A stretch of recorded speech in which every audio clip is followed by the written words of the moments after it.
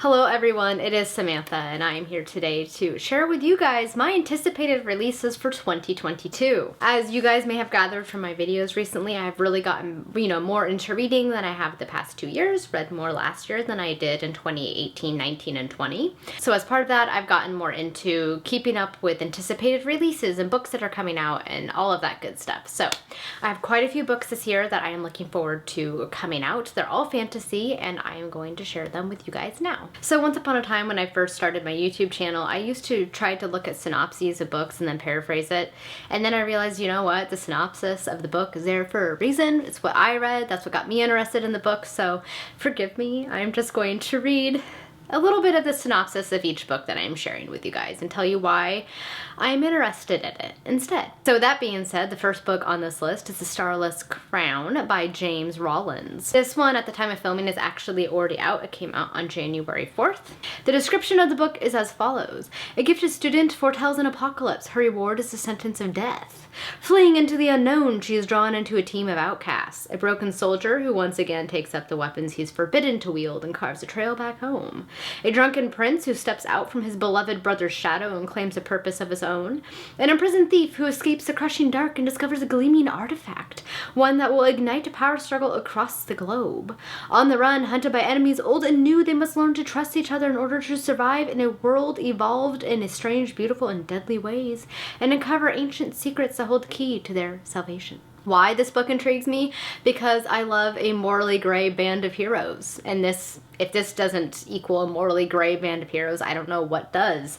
I mean, we have the broken soldier, a drunken prince, a thief, and a gifted student. So the gifted student might be the least morally gray, but either way, I like a merry band of heroes, and here we have this. So it just seems like an intriguing book. It looks like it'll be kind of epic and fun and something that I would enjoy. So I added it to my list. The next book on this list is The Daughter of the Moon Goddess by Sue Lynn Tan. This book comes out on January 11th. The cover alone looks gorgeous.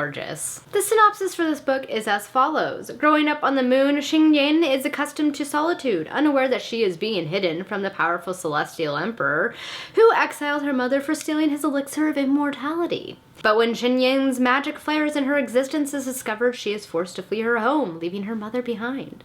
Alone, untrained, and unafraid, she makes her way to the Celestial Kingdom, a land of wonder and secrets. Disguising her identity, she sees this an opportunity to learn alongside the Crown Prince, mastering archery and magic even as passion flames between her and the Emperor's son. To save her mother, she embarks on a perilous quest, confronting legendary creatures and vicious enemies across the earth and skies.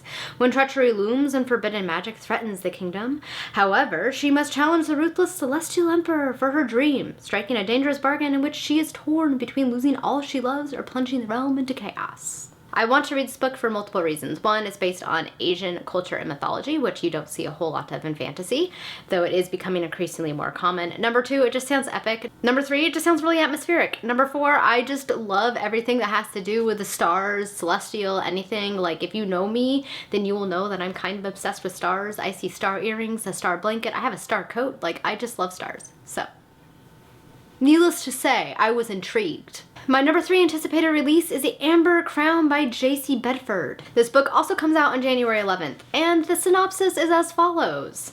The king is dead, his queen is missing. On the Amber Coast, the usurper king is driving Zavonia to the brink of war. A dangerous magical power is rising up in Bela Mayasto, and the only people who can set things right are a failed bodyguard, a landstrider witch, and the assassin who set off the whole sorry chain of events. Valdez, captain of the High Guard, has not only failed in his duty to protect the king, but he's been accused of the murder and he's on the run.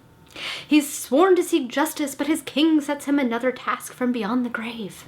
Valdez doesn't believe in magic, which is unfortunate, as it turns out. Misra is a healer witch of a landstrider band, valued and feared in equal measure for her witch mark, her scolding tongue, and her ability to walk the spirit world. When she's given a task by Valdez's dead king, she believes that the journey she must take is one she can never return from. Lynn is a clever assassin, yes. Someone paid him to kill the king, and who is to blame, the weapon or the power behind it? Lynn must face his traumatic past if he's to have a future. Can these three discover the real villain, find the queen, and set the rightful king on the throne before the country is overcome? Why I want to read this book? Okay, see book number 1. Band of morally gray characters. Number 2, just from the synopsis, it sounds like it's going to be kind of humorous, and I love me a humorous fantasy book. Number 3, I love me a good mystery. Some of my favorite fantasy books are ones that have like a little bit of a mystery adventure to them. So needless to say, it ended up on my list. The next book on my list is The Final Strife by Saara L. Arifi. The description for this one reads as follows. Saara dreams of days growing up in the resistance, being told she would spark a revolution that would free the empire from red-blooded ruling class's tyranny. That spark was extinguished the days she watched her family murdered before her eyes. Anor has been told she's nothing, no one, a disappointment by the only person who matters, her mother, the most powerful ruler in the empire. But dust always rises in a storm. Hassa moves through the world unseen by upper classes, so she knows what it means to be invisible. But invisibility has its uses. It can hide the most dangerous of secrets, secrets that can reignite a revolution.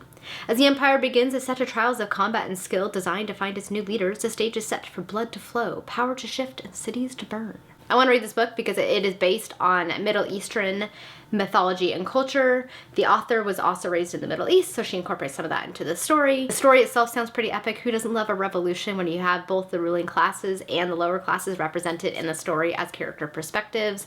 And it just seems pretty epic, so it's on my list. This book also comes out June 21st of this year, so it's going to be a good summer read, I think. The next book on my list is The City of Dusk by Tara Sim. This book comes out March 22nd of this year, which is like a week before my birthday, so maybe I'll have to pick it up for my birthday. We'll see. The synopsis for this book is: the four realms, life, death, light, and darkness, all converge on the City of Dusk. For each realm there is a god, and for each god there is an heir. But the gods have withdrawn their favor from the once vibrant and thriving city, and without it all the realms are dying. Unwilling to stand by and watch the destruction, the four heirs, Risha, a necromancer struggling to keep the peace, Angelica, an elementalist with her eyes set on the throne, Tessia, a shadow-wielding rogue with rebellion in her heart, and Nick, a soldier who struggles to see the light, will sacrifice everything to save the city. Again, see my earlier references about a band of really great characters.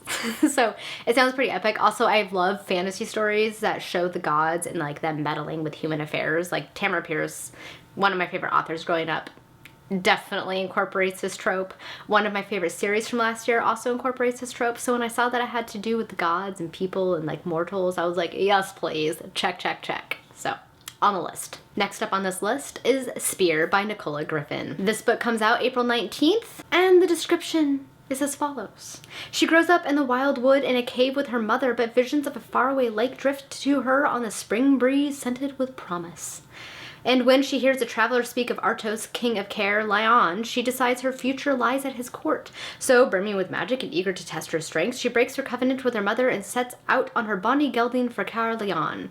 With her stolen hunting spear and mended armor, she is an unlikely hero and not a chosen one, but one who forges her own bright path. Aflame with determination, she begins a journey of magic and mystery, love, lust, and fights to the death. On her adventures, she will steal the hearts of beautiful women, fight warriors and sorcerers, and make a place to call home. The legendary author of Hild returns with an unforgettable hero and a queer Arthurian masterpiece for the modern era. Why? Because I am a fan of Arthurian retellings. I love me a King Arthur story, anything based on the King Arthur mythologies. It has been one of my favorites since high school. So when I saw that this was based on Arthurian legends, I was like, yes, I need this in my life. So added to my list I did. Next on my list is Entrance of Empire by R.S. Ford. This book also comes out in January. It comes out on the 18th of the month, and the description I am going to read is as follows. The nation of Torwin is run on the power of industry, and industry is run by the guilds. Chief among them are the Hawkspurs, whose responsibility is to keep the gears of the empire turning. That's exactly why matriarch Rosamund Hawkspur sends each of her heirs to the far reaches of the nation. Connell, the eldest son, is sent to the distant frontier to earn his stripes in the military. It is here that he faces a threat he could have never seen coming, the first rumblings of a revolution. Tyretta is a sorceress and the ability to channel the power of Pyristone, the magical resource that fuels the Empire's machines. She is sent to the mines to learn more about how Pyristone is harvested, but instead she finds the dark horrors of industry that the Empire would prefer to keep hidden. The youngest, Fulren, is a talented artificer and finds himself acting as a guide to a mysterious foreign emissary. Soon after, he is framed for a crime he never committed, a crime that could start a war. As the Hawkspurs grapple with the many threats that face the nation within and without, they must finally prove themselves worthy or their empire will fall apart. Why did I choose this? It just sounded kind of cool. It also sounds like it might be kind of based on like Roman history, which I find entertaining in a fantasy setting. I also like the fact that this band of heroes is a group of siblings. It sounded unique and intriguing, kind of melding aspects of Roman history with the Industrial Revolution, with magic, and I was like, yeah, let's check this one out. Next on this list is a book that I have already seen quite a few reviewers who have had arcs of it scream its praises, so it's made me even more excited for it. And it is Justice of Kings by Richard Swan. This book comes out February 22nd, so soonish. And this story is all about the Empire of the Wolf simmers with unrest. Rebels, heretics, and powerful patricians all challenge the power of the imperial throne. Only the Order of Justices stands in the way of chaos. Sir Conrad von Volt is the most feared justice of all, upholding the law by the way of his sharp mind, arcane powers, and skill as a swordsman. At his side stands Helena Sendaka, his talented protege, orphaned by the wars that forged the empire. When the pair investigates the murder of a provincial aristocrat, they unearth a conspiracy that stretches to the very top of imperial society. As the stakes rise and become ever more personal, Von Volt and Helena must make a choice. Will they abandon the laws they're sworn to uphold in order to protect the empire? Okay, number one, the name Von Volt just sounds epic. Like, it just kind of sounds like an epic anti-hero name. And then I like the premise. Kind of reminds me a little bit of the Greycoats, you know, from Sebastian de Castell, constantly warring with like your own ideals, with like the actual laws, with like your dream of how you feel your country should look. And I just kind of enjoy those moral questions. So I feel like it's going to be a thought-provoking book full of mystery and intrigue, and I like political intrigue, so it got added. And so far from what I've heard from reviewers, it kind of lives up to that reputation. The second to last book on this list is Scorpika by GR McAllister. This book also comes out February 22nd. Let's read the synopsis, shall we? 500 years of peace between queendoms shatters when girls inexplicably stop being born. As the drought of girls stretches across a generation, it sets off a cascade of political and personal consequences across all 5 queendoms of the known world, throwing long-standing alliances into disarray as each queendom begins to turn on each other and new threats to each nation rise from within.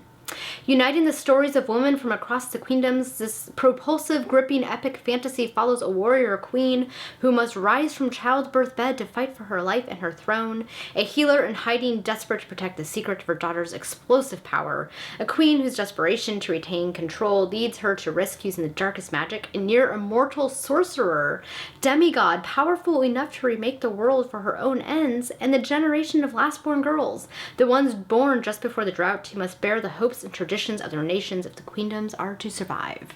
I mean, come on, it just sounds epic, right? Like, what an interesting concept. The concept sounded unique. This drought of girls, women not being born, the fact that you're following each of the queens from this world. Sounds like it's going to have a lot of political intrigue, maybe some gods stuff going on, so I am very excited for this because it sounds very intriguing.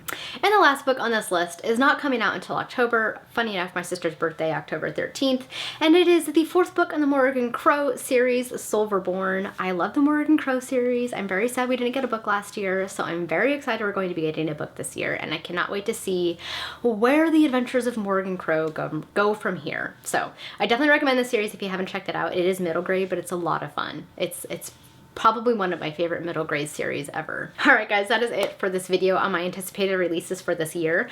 I would love to know what your anticipated releases are, if you're excited for any of these. Hopefully you enjoyed this video and didn't mind me reading the synopsis because I'm lazy. Let's face it.